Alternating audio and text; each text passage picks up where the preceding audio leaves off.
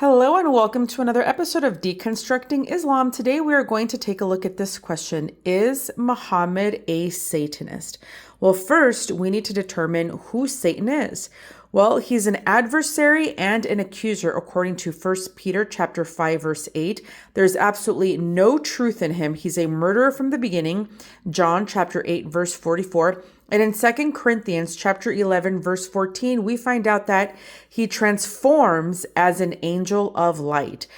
So how are we supposed to deal with Satan? Well, in 1 Peter chapter 5, verse 8, we have to be sober-minded and we have to resist him. We don't make buddies with him. In Ephesians chapter 6, verse 11, we've got to put on the full armor of God. I recommend you read what that is there. And in 1 John chapter 4, verse 4, we do not fear him. He flees from us. Why? Because we've got Jesus Christ in us. Well, some of us do.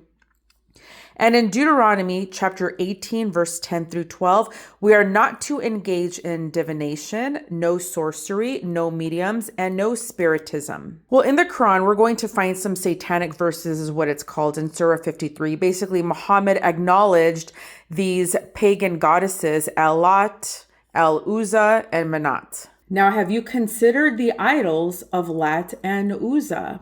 Muhammad is attributing Allah for saying this. So Muhammad thinks that he heard Allah asking him to consider these idols. But then later Muhammad realizes that it wasn't really Allah that told him, but it was Satan that was communicating with him, meaning that Muhammad could not differentiate the difference between Satan's voice and God's voice. And he basically says that Allah will always send Satan to influence prophets.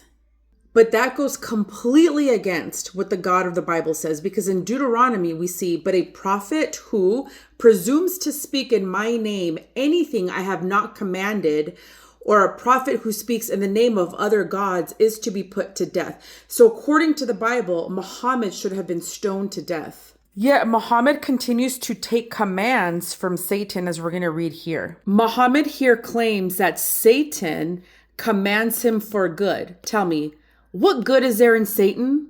By definition, a Satanist is somebody who takes commands from Satan.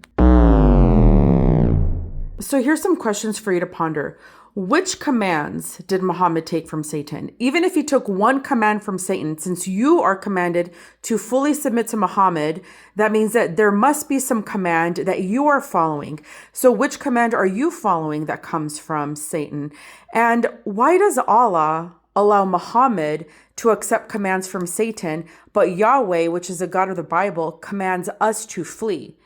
Is Allah Satan? So do you want to avoid taking commands from Satan? Get yourself a Bible. Just start with the book of Matthew.